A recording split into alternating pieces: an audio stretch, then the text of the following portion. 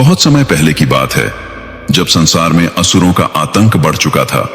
वे देवताओं के यज्ञ भंग करते, साधुओं को सताते और अधर्म का बोलबाला था। उसी समय जन्म लेते हैं विनता पुत्र गरुड़, जिनका जन्म किसी साधारण प्राणी का नहीं बल्कि स्वयं ईश्वर की योजना का हिस्सा था। गरुड़ की माता विनता और उनकी सौतेली बहन कद्रू के बीच सर्पों के रंग को लेकर विवाद हुआ था। कद्रू ने छल से विनता को दास बना लिया।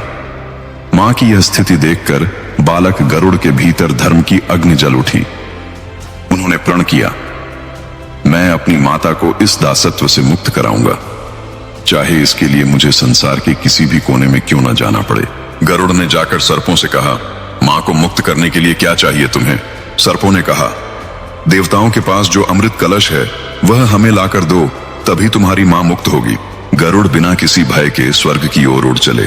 रास्ते में असुर, अग्नि, तूफान सबने उन्हें रोकना चाहा, लेकिन वे अद्भुत शक्ति से सब पर विजय प्राप्त करते गए।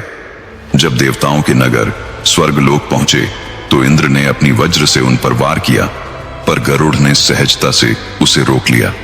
उनकी शक्ति देख स्वयं इंद्र भी चकित रह गए। गरुड़ ने विनम्रता से कहा, हे देवराज, मैं युद्ध करने नहीं आया, केवल अपनी मां की मुक्ति हेतु अमृत चाहता हूं। मैं इसे किसी को पिलाऊंगा नहीं।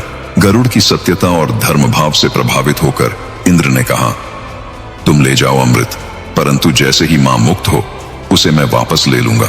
गरुड़ ने सहमति दी। वे सर्पों के पास पहुंचे और कहा, ये रहा अमृत, पर स्नान करने जाओ पहले। जैसे ही सर्प स्नान करने गए, इंद्र ने अमृत कलश उठा लिया। सर्प लौटे तो कलश गायब था, पर वे प्रसन्न थे क्योंकि गरुड़ ने अपना वचन निभाया और उनकी माता विनता दास्ता से मुक्त हो गई। उस दिन देवताओं ने गरुड़ को धर्म योद्धा की उपाधि दी। स्वयं विष्णु भगवान उनके समक्ष प्रकट हुए और बोले, हे गरुड़, तुम धर्म के सच्चे रक्षक हो।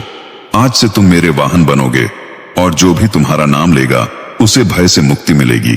तब से गरुड़ सदा भगवान विष्णु के ध्वज पर उनके वाहन रूप में विद्यमान है, धर्म, शक्ति और भक्ति के प्रतीक बनकर।